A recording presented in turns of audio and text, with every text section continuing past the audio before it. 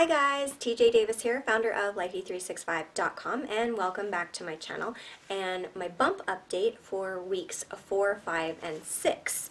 I have been taking journaling notes, so I'm going to be kind of looking down here at these because as you know, I've been kind of sick, and so it's been really hard to remember everything that I'm going through by the time I am able to film a video, and I've been not feeling so great. So we're doing weeks 4, 5, and 6 today. Week 4 was the week I found out that I was pregnant. I didn't really have any symptoms pre-pregnancy. I had a few headaches here and there, which, you know, headaches come and go all the time.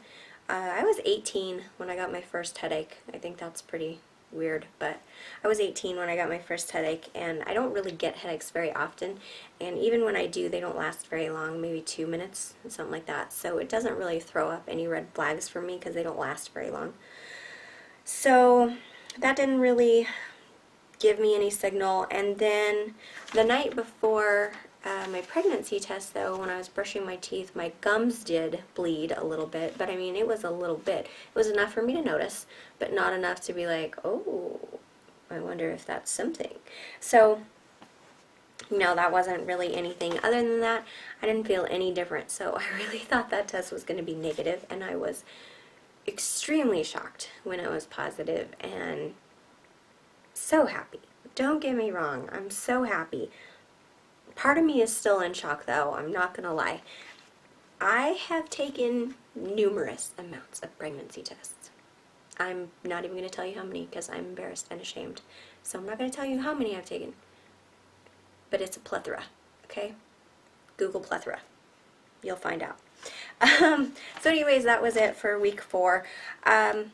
For week 5, still really didn't have any symptoms. Fortunately, I started spotting at 5 weeks, 3 days. And so, of course, that's not always a bad outcome. I've had spotting and I've had good outcomes, and I've had spotting and I've had bad outcomes. So for me, that's just kind of a signal that to be aware of, you know, how I'm feeling, if I'm cramping, things like that. Stay hydrated, stay rested. So then at 6 weeks, one day, which was, what was it? 6 weeks, one day wasn't December 8th, but December 8th is when I started getting sick. I knew something was happening. That was a Wednesday.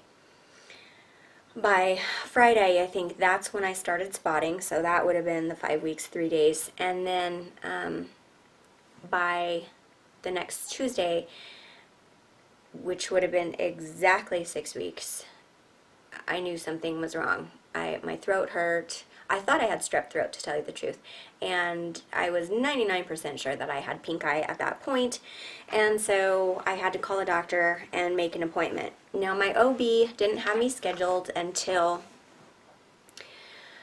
January, so I didn't see any point. I don't know why. With the spotting, I don't know why I didn't just call them, but I thought with the pink eye that it would be best to just see my primary care physician. I don't know what I was thinking, really, to tell you the truth, but I called them, and that's where I got my appointment for.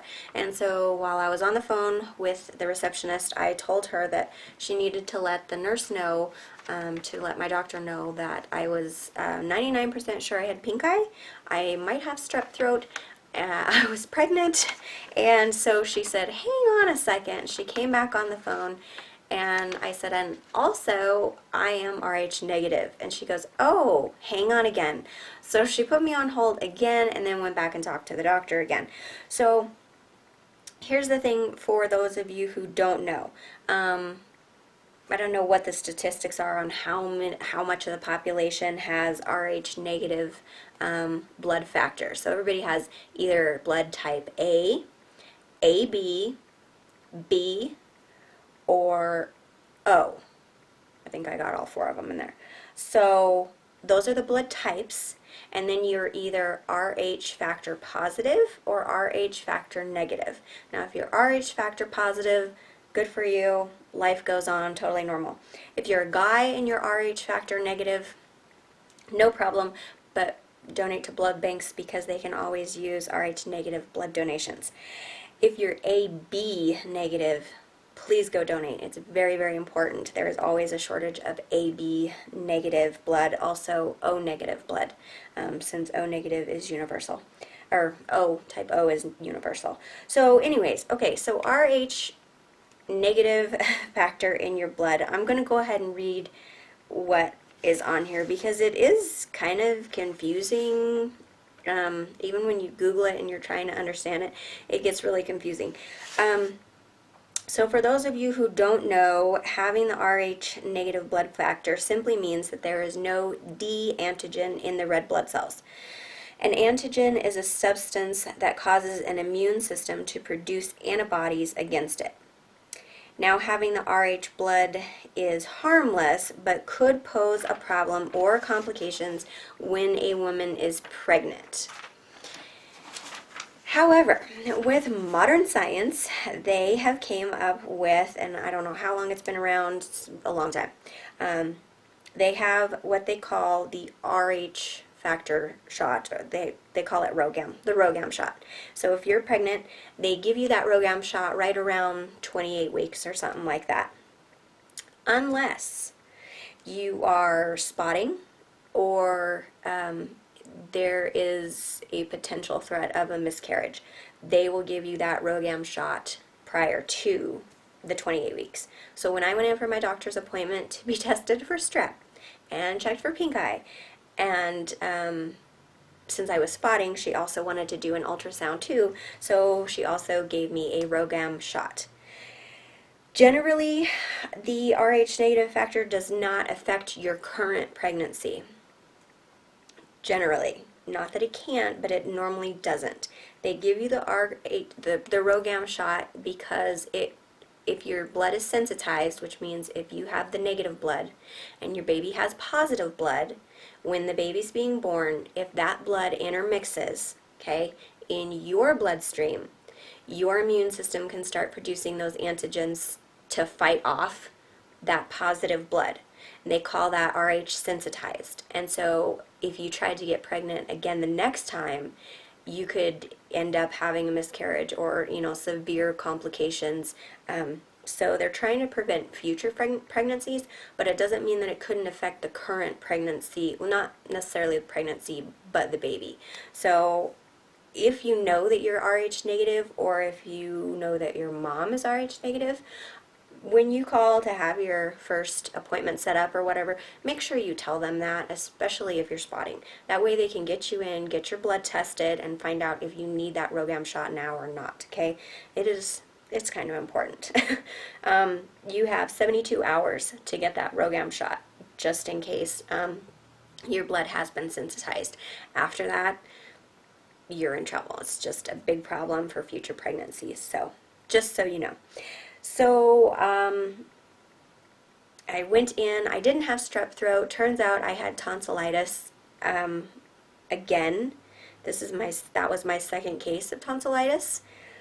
I'm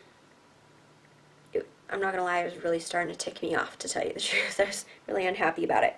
So I also had viral infections, and I had a sinus infection, I had the tonsillitis, and I had the pink eye. And I was really upset about the pink eye because I had such a big week at work that I stayed home on purpose because I knew I was sick and I thought maybe that I had the strep throat. So I stayed home on purpose trying not to get any sicker, and then I come up with pink eye. So I was really mad about it, and I was telling the doctor about it, and she said, "Oh, well, sweetheart, you gave it to yourself." And I was like, seriously? How do you give yourself pink eye? And she said, well, with all the other viral infections that are going on in your body had nothing left to do except manifest pink eye. It's like, oh, fantastic. I'm awesome. Good for me.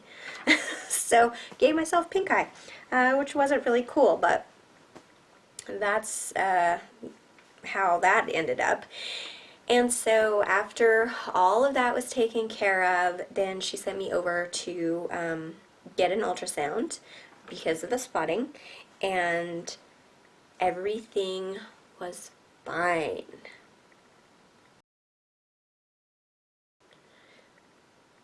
So good news, everything was fine. We couldn't hear baby's heartbeat yet, and I had the transvaginal ultrasound just in case some of you are wondering. At that point, it's very, very rare to actually see and hear baby from a abdominal ultrasound. So it was a transvaginal ultrasound, and we couldn't hear the heartbeat, but we could see it flickering, which is a really good feeling.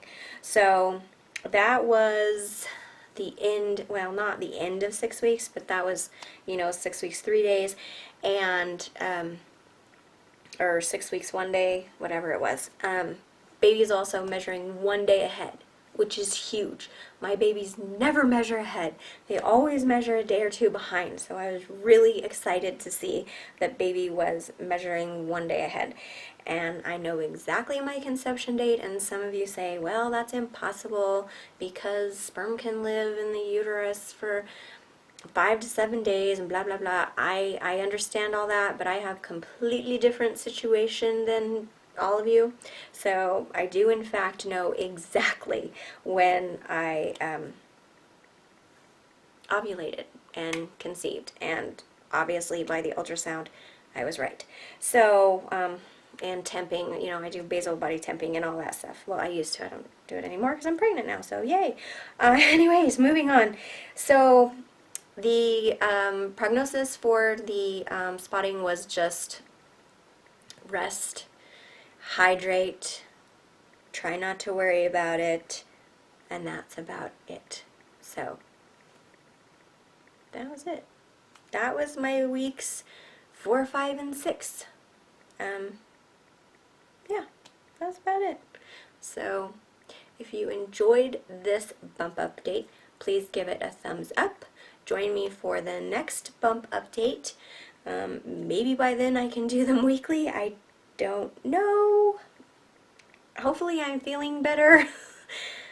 It's been a struggle. So, I don't feel pregnant yet. I just still feel sick. So I'm not used to being sick all the time. So it's kind of frustrating and strange. So anyways, subscribe and join me back here next time. Bye guys.